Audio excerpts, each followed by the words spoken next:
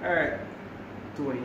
I have found another diagnosis and another solution that might be of use.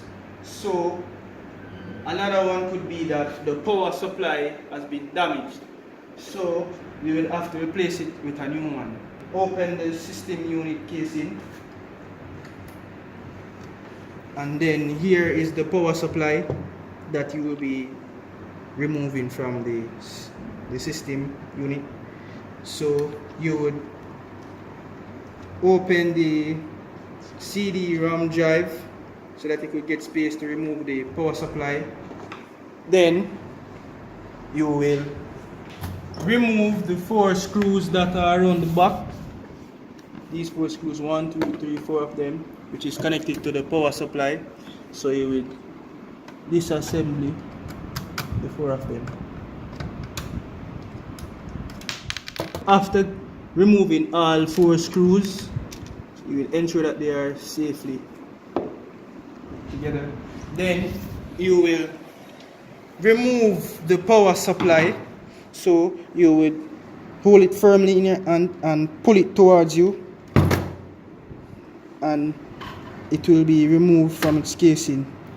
But you will realize that it has been connected to various things on the motherboard and also to the CD drive.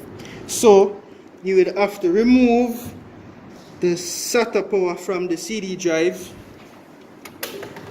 which is connected to the power supply, of course. You will then remove the ATX 12 voltage from the motherboard, which gives the CPU extra power. Yes, you will remove the hard drive by holding onto the lever, raising it up towards your chest and removing it from the heatsink slot that it is fitting. And then you will remove the SATA power from the hard drive, which is connected to the power supply. Put the hard drive aside. Then you will remove the ATX from the motherboard, which powers the motherboard.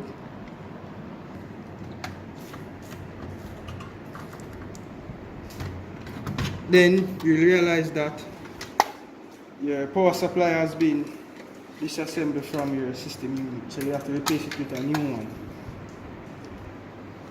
Okay, Tony, so now I have a brand new power supply which will be assembling onto your system unit. So I'll be showing you the steps of how to do that. So first, you will have to install back the power supply in its appropriate slot.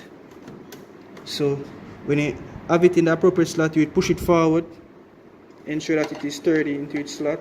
Then you will connect back all the connections to the various positions. So you will connect the ATX to the motherboard. You will then connect the ATX 12 voltage to the motherboard, which gives more power to the CPU. Then you will connect the SATA power to the CD drive. Then you have another SATA power which gives power to the hard drive. You will then plug it onto your hard drive.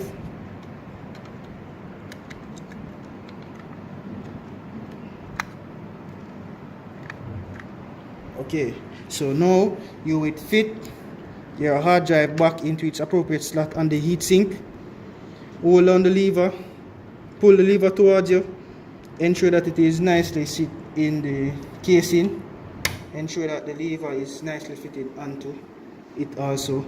Then you will assemble back the CD drive into its appropriate slot, ensure that it's fitting nicely, and then assembly back all 4 screws that we took earlier.